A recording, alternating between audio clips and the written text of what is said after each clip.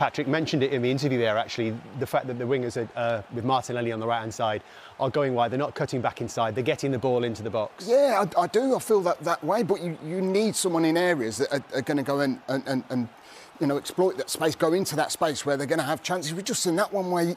Merson, if you've got an out-and-out centre-forward that makes that run forward, one of their midfielders comes in, like the Villa goal where Ollie Watkins goes forward and the attacking midfielder comes in. I just think Arsenal are really screaming out for an out-and-out centre-forward that's going to play between the lines of the 18-yard box, not go out wide. Kai Havertz ended up playing out wide left at times.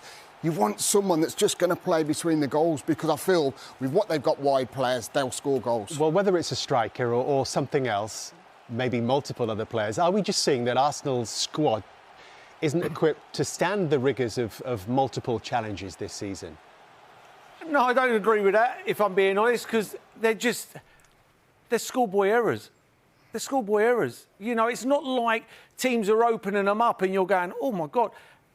They could be stopped today. I don't care what division you're in, them 2 goals could be stopped. You know, if you do your job, and all you're asking as a manager is for them players to go out on that pitch and do their job. Whether it be a centre-forward, he's got to score a goal, or if it's the wingers, they've got to get their crosses in. You know, that's what you'll be told as the manager will say. The 2 wingers get your cross in, forward need a goal, midfield players keep it tight and defend. Defend. Follow your runners and defend. And today, certain players let Arteta down. And I don't think that's because the squad's shallow, because today we've just seen 2 big mistakes. Mourinho lets Tielemans run off him.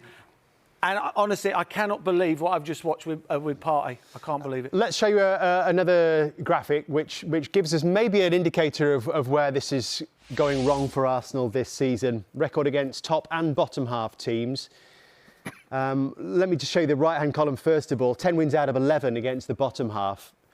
And maybe 2 wins out of 11 against top half teams tells the story, Paul. You know what? That's really strange for me. Because with Arsenal, you'd sit there and think, right, bottom half teams will come to the Emirates or even away from home, sit 10 behind the ball, make it really difficult. You know, the top half teams might come to the Emirates or even at home have a go at Arsenal. And that's when Arsenal, you think, will find gaps and with their play, will open teams up. I mean, I'm flabbergasted with that because, you know, teams, you know, the top half teams will have a go at Arsenal and there's room. The bottom half teams, yeah, I'm flabbergasted with that. I really am. I just think Arsenal. I'm really worried about the mentality, if I'm being honest. But remember how they finished last season? Yeah. Well, in that extraordinary run of results, was it 16 wins from the last 18 games? They've got, was it 17 left now, 16 left now. So this, in theory, they could still go on another extraordinary run. Do they have that within their capability, do you think? Especially if they were add to another forward player. I think they need to add another forward player.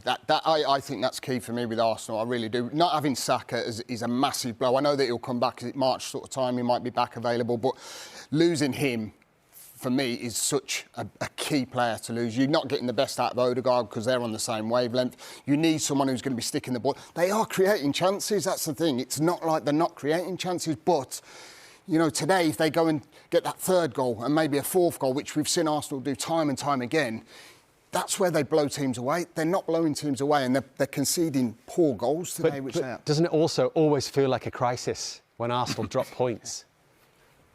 You play for Arsenal Football Club. They're a Rolls-Royce Football Club. You play for, you know, United are 15th, 16th place. They lose a game and everybody goes, oh, my God, Man United have lost. But they've lost because they're not very good. But still a crisis because it's Man United. And it's the same with Arsenal. These are top teams. You go and play for them teams. You've got to follow runners. You've got to defend. You've got to put yourself on the line. And that's why they play for big clubs. But I watch now when I started, you know, I've backed Arsenal the last 2 years and thought, you know what, they've been unlucky. They've pushed one of the best teams we've ever seen all the way to the penultimate game and to the last game. Now I'm watching them, I think, have they got it? Have they got it? When push comes to shove, like today, you know... Clearly you think not. I do. I start to worry now. I do start to worry. I watch it. I mean, the Tottenham game looks after itself. Tottenham, you know, at the moment are struggling. Their players, you know, ain't got all their players fit. But when you know, I was fortunate enough to win two league titles. You've got to have something. You've got to have something about you that you've got to go, he ain't scoring. You know, I'm defending. And the 2 goals, Mourinho and Partey, You know, you want to stop the game with a party one and get the ref to give him a mic and go up to him and go, right, what was you thinking? No, you do, because I want to know what he was thinking. I just don't know. You know, I dread to think what Jamie's going to do on Monday night. Because he will look at that and... Oh, he'd be rubbing Jamie would have never done that. He must have played, what, 600-700 games, Jamie Carragher, or even more. He would have never done that in his life. Never, ever. He would have gone, that's my man, I'm standing with him. He wouldn't have just gone like that and walked off. I think what's frustrating with Arsenal is, I think last season, you know, they come so close. They scored, was it 90-odd goals that they scored? You know, same goal difference as Man City. Like, so close, and they have been. But have they pushed on to go and get even closer to winning the title? That's where I think that they've fell short. I think they've needed to have a striker come through the doors. City did it with Haaland when they bought Haaland in. You know, go and get a Gyökeres or go and get someone who they could have had. Well, there was links with Isak at the early stages of the season. Go and get someone that's going to go and play through the middle. You've got so much quality in wide areas. And that's where I feel there's a piece missing in that. And now I'm starting to think, are Arsenal going to... I wanted them to go and really push Liverpool. I just don't know if I see it's quite there. With Merce, there's not quite that fit there at the moment. The strongest. They're in the strongest. 21 games in, that's a big statement, isn't it? They're in the strongest position to do it, Liverpool, because the strength what they have off their bench. When they're struggling to break down Brentford today, you just switch it off the bench, you know, and it's not pretty, but it's effective. And they get the job done, Steve. They get the job done. And they've got more experience than Arsenal win Premier Leagues. Everyone thinks that Arsenal got so much more experience because they finished close to Man City over the last few years. Liverpool got players in the team who've actually got over the line and won Premier Leagues. They know how to do it. I think it's not impossible. Of course it's not. And I hope it is going to be a tight race right to the end. But I just don't see Arsenal winning between now and the end of the season and not dropping any more points. I think it's going to be very difficult for Liverpool to lose 4 or 5 games now. It is going to be tough. It's going to be tough, especially like Tim said about who you can get in this window. Who's going to, if Arsenal do have the money, if they've got it or not, who's going to let go of the players that Arsenal will need? And we're talking about top end to try and finish this race off. I just feel that when you look at the team, you look at that defence today. You know, you've got Thomas Partey, unfortunately. You know, you have to say that he's a bit at fault for the goal. He's not a right-back. He shouldn't be playing there himself. He's a midfielder. You've got a youngster in Miles Lewis-Skelly playing there. Plays very, very well. You know, Best player on the pitch for well Arsenal. again. And you've got Jura Timber, you know what I mean, another right-back playing there. So you could see where Arsenal, the team, need help. I think that you go back to the summer, Steve, and that window is a window that they'll probably look at with Moreno, with all due respect to him, not knocking him, and Calafiori. Is it a window where you're looking at and saying, has that helped us up to this point? And you have to think to yourself, it's not done as much as we needed it to do. And we double-checked earlier on, the net spend for Arsenal in the summer was only £21 million. 21, yeah. So you look at that and you think that, you know, the people upstairs need to do something. You know what I mean? I think I will back this manager to the end. You know what I mean? He's continually progressed us as the years have gone by. People saying he can't get over the line. He can't get over the line with the way it's going with this crop of players. He needs more help. He needs the ball to help him. Win earlier on. And it looked so good at 2-0, didn't it, when Havertz got his goal? Yeah, it did. And to be honest, the way they were playing, it was comfortable. But you always know that in the back of your mind, you do feel that Villa and the way they're playing, especially with that mid-block and the pace they've got up front, then they're going to have a chance of scoring. So, you know, it was up to us to be a little bit more calm about the way we were doing, bring them onto us a little bit more, try and break through. But it didn't happen. Villa are a quality side in that respect. You have to see them off, Steve. Try and break through, but it didn't happen. Villa are a quality side in that respect. You have to see them off, Steve. You have to see them off. But when Kai Havertz got this goal, the whole stadium was up. Everyone seemed a little bit more settled. Yeah. However, in fact, the year they were chasing for the title, they had a problem with 2-0s, didn't they? And that's ultimately what cost them. Yeah, it did. And you know what as well, Steve? Once the goal, brilliant. You know, it's a great play from Trossard. It was brilliant. Oh, I thought it was fantastic today. Brilliant cross. And then Kai, you get in there, you get in front of the defender, you get it on target. That's what he's done brilliantly here. But, I love what Trossard's doing here on the outside, not waiting for anyone. You notice Miles Lewis-Skelly doesn't try and get round him. He's just left him on his own. to have a go at him, and then brilliant from Kai to get in front of him. And at that point, you're thinking to yourself, brilliant, now we could stay calm, no panic, let's keep the ball, move it around, let Villa have to come out, and then if we could pick them off, then you pick them off. But again, you know, it didn't happen like that. No, and the issue was, Tim, that they let 2-0 for less than 5 minutes. It was an instant response from Villa. Absolutely, that's key. You know, you try and manage the game, just get in possession. You ain't got to score again, you're 2-0 up, just try and take the heat out of it. But, you know, that's a wonderful ball from Digne, and Tielemans comes in and a diving header. We think it's possibly Moreno comes in and gets his toe on it, and whether it hits Tielemans' head after that, but it's a good, brave diving header. But it's all about the cross. Great delivery. Defending's not good enough. It's not good enough. You have to just be solid. You know, it's all right in hindsight. You say, "Oh, if Saliba was there, would have made a difference." We can ask all them questions. In fact, he wasn't there, so they have to cope. Other teams have to cope when they're losing big players. Arsenal have to find a way of coping. All teams do. If you want to win the Premier League, can't worry about what you haven't got. You've got to worry about what you've got and making the best of it and trying to get maximum points. And that was the key moment. They struck back too early. If they would have killed the game for 10, 15 minutes, it didn't happen. And it felt like, well, I mean, we said it, and we was watching the game. We felt if they score Villa, it could be very difficult for Arsenal. The more you watch it and you think to yourself, can we keep the ball, can we play? Even when Villa, when they were in that position to get the ball out to Digne, you just felt like we were a little bit off it. And for Tielemans to be able to run off of Moreno and get on the inside of him like that was, it's not good enough. That's poor defending. Should never let him get that side. If he gets in front of you, you could see him, you can maybe go and block you, you can stop him. But for him to get on the inside of him there, to the point where he's now stretching, you know, it's poor defending. Brilliant from Tielemans' point of view, getting in there, causing the problem. But if you watch that from outside the box, it should have been dealt with ages ago, that run, and it wasn't. And you get punished. You get punished. Villa weren't great today, but in certain aspects of the game, they were absolutely brilliant. You've said to me many times, better to be a lucky manager than a good one. Unai Emery was about to take Ollie Watkins off. John Duran had his tracksuit top off. The number was prepared. The piece of paper was into the fourth official, and then this happened. And then this happens, I mean... Right, he would never have been in this position because they never ever brought him off. But Ollie was coming off. Wonderful cross to the back post, but it's poor defending. I cannot tell you how bad this is from Thomas Partey here. He has him there. He's got him in a good position. Now he hasn't. He steps up. The rest of the defence drop. He needs to drop with the line. Just manage it. Head the ball. And Ollie just keeps his eye on it. And he cannot believe that misses Kai Havertz's head, and he just gets a volley on it. He's so close. Raya has no chance, goes above his head. You know, as you said, it's Unai Emery has won for him there. He got lucky on that one because who's to say John Duran wouldn't have done that anyway. Ollie Watkins will score goals. If you leave him on the pitch, he will score like Duran does when he comes off the bench. I do feel for Thomas Partey there, though. You know, he's a right back. He's playing right back. He's a midfield player. You know, again, it comes down to the squad and the thinness of the squad. And he's been put in a position where I think Trossard, can he get closer to that cross? You could see the poor movement from Thomas Partey. He's not used to that movement.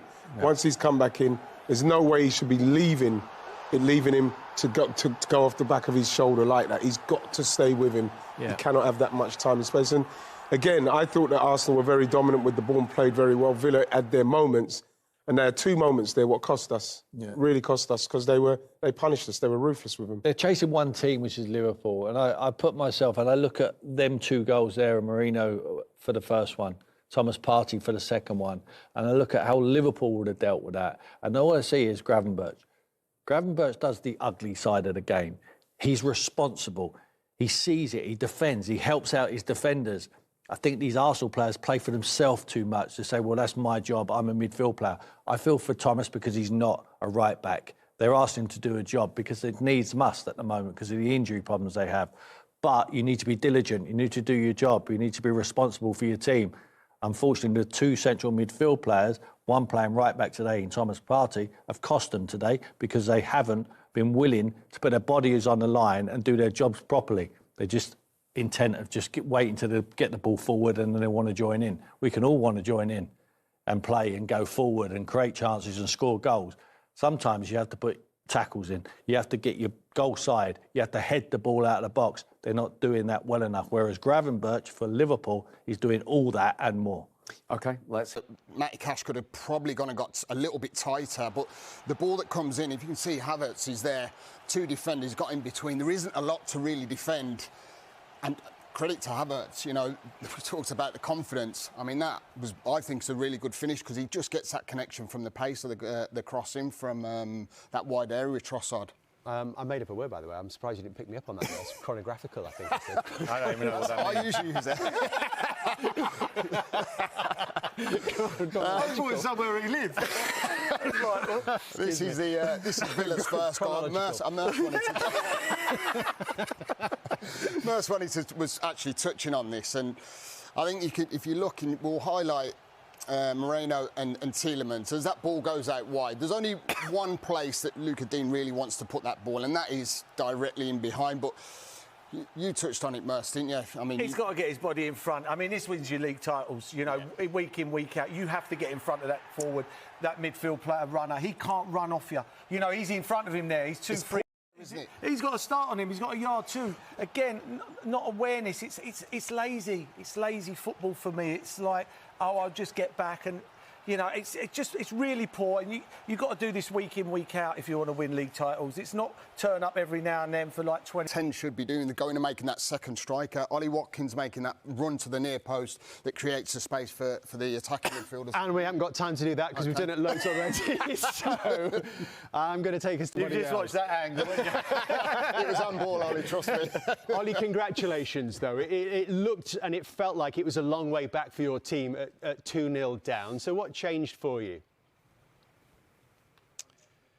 I think obviously we got the goal. Luca put in an unbelievable ball and Yuri scored, and then I think we went up the pitch 2 minutes later and Yuri nearly scored again. So I think we got a lot of momentum from that, and had a bit of faith that whenever we went forward, especially on transition, that they were quite open and there was chances to be had. Well, that's interesting. Was that sort of part of the game plan that you spoke about beforehand? If you can get it, if you can transition the ball quite quickly, if you can get it forward, there might be some vulnerability there? Yeah, we knew they went man for man. Obviously, Gabriel was coming onto me. Partey was pushing up onto Jacob. We were man for man at the back. And there was a few times in the first half I could have done a little bit better. I was 1v1 with their centre-back, Gabriel, a couple of times, and obviously he got the better of me. But, there was chances there to be taken, and they were always a little bit open.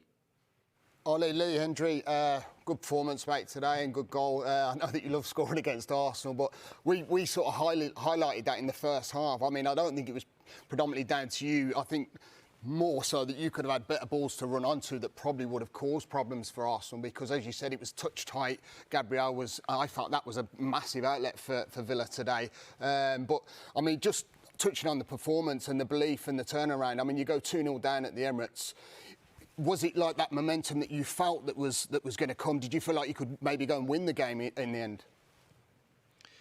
Yeah, so when I got my goal, I then felt like we had enough time to push on and get a goal. But I think it was about being brave and making more passes. You know, in the first half we went quite direct.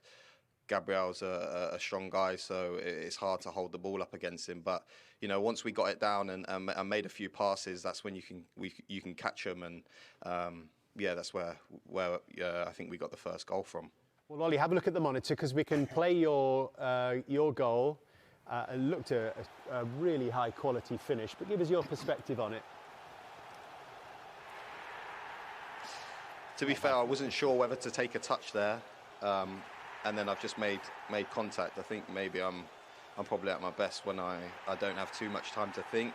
I don't know what you would think, Lee, after watching quite a few games for Villa, but I think I'm better when I'm finishing like out of instinct rather than, you know, a lot of time to think in them scenarios. So made contact, hit the target, and nice to see it hit the back of the net. Yeah, look, I mean, it looked like there was a slight little touch. Did you think that at the time? I mean, listen, at the time, I think it was a brilliant finish, Ollie. I think you made the right choice in doing so. But as you said, a striker's instinct, you've just got to go with that. You probably could have had a touch and just slotted it home, but I think striker's instinct, you have to go with it, and that's why you've scored so many goals. I mean, I thought it was a great finish. Did you feel there was a slight touch as it was coming across, or was you sort of ready for it, or ready for the ball to actually come to your feet? I think I was caught in two minds, and then I kind of obviously just went with one decision, hit it, and and it's nice to see it trickle in there. But Merce, anything to say? You're a bit quiet there. I have got something to say, Ollie. It's a great finish. It is a good finish. I think you've done the right thing. But when it hit your foot, when you side-footed it, did you think you'd missed it or not? Yeah, because to be honest, I hit it quite high, so I didn't think it had gone in at first. I've got to say outstanding because, as I say, that's what good centre forwards do. They get one chance or two chances and they score. So phenomenal finish. I thought your movement was very good as usual again, and just being patient and getting in the box. So yeah, fair play to you, and great to see you back, and hopefully you'll get in the England team. Ollie, how are you finding it with obviously John's back in the fold well, now? Well, he don't like him, does he? How do you find? I mean, listen, it's great to have two good strikers in the squad and the team. I mean, is that giving you that extra push at the moment? Obviously, it seemed like fighting for that shirt, and I watched your face as you came off towards the end. I mean, I thought you were excellent. That Merce touched on your hold-up play was good. Your runs in behind were good. Do you feel a bit disappointed at times when you're coming off sort of late on in games? Yeah, especially because I feel like I get a lot of my goals quite late on in games, maybe in the second half. Obviously, last year I scored here, and I think that was 89th minute. So if you're coming off the pitch, it's never nice to be substituted. I feel like me and John could maybe play up top together. We've not had many opportunities to do that. I don't think we've started a game together this season. So I think it's a work in progress. But yeah, obviously it's never nice to be substituted, but you've got to respect the manager's decision. Well, you said you could play together. Mercy's now shaking his head, Ollie. It's 2025, Ollie. It's not 1990 anymore. Two up front.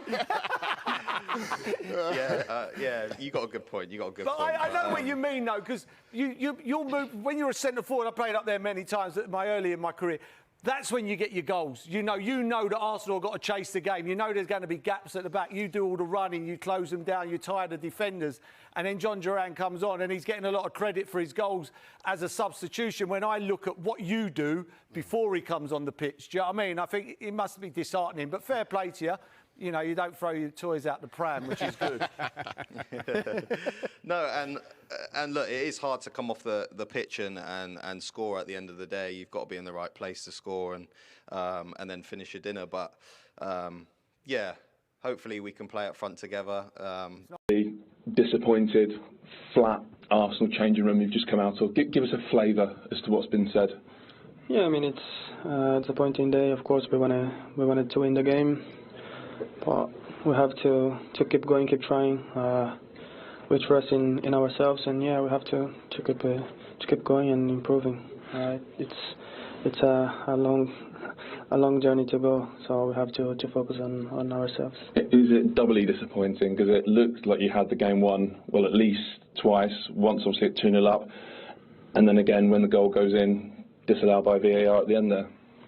Yeah, I mean that's football. That's the Premier League. That's the most difficult league in the world for me. And we have to rewatch the game and see what we've done wrong and improve for the next games. Spoken to Kai at all about the disallowed goal? Does seem to come off his arm. Mikel Arteta's Arsenal reign may have peaked.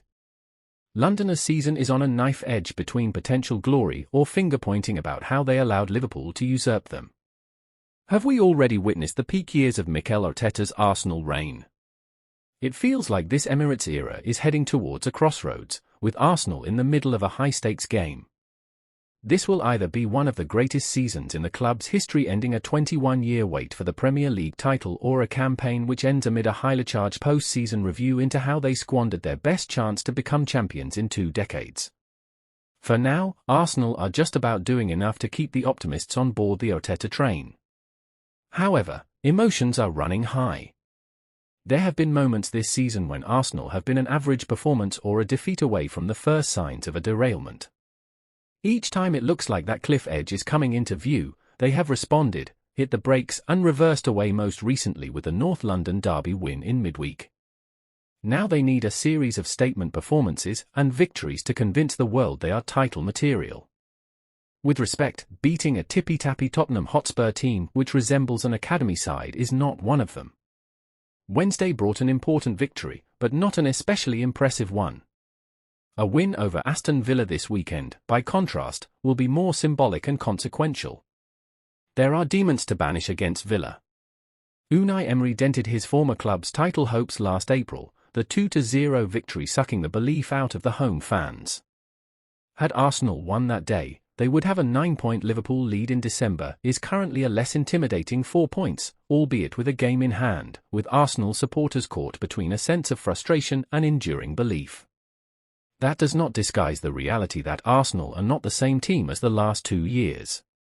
There is yet to be a performance that leaves you thinking they look like the next champions. The balance of the squad is not right. That's why so many are caught in this central zone wondering if the first 21 games are a sign of a team that needs a significant revamp, or whether in fact they have fought hard to stay in contention and build a foundation which leaves them just 1 or 2 deals from becoming the country's outstanding team. It is obvious where the frustration will be directed if they fall off the pace. Long-standing and justified concerns about a lack of firepower have not been addressed. Prioritizing signing midfielder Mikel Merino ahead of another attacker last summer looks like a mistake. Merino is not a game changer.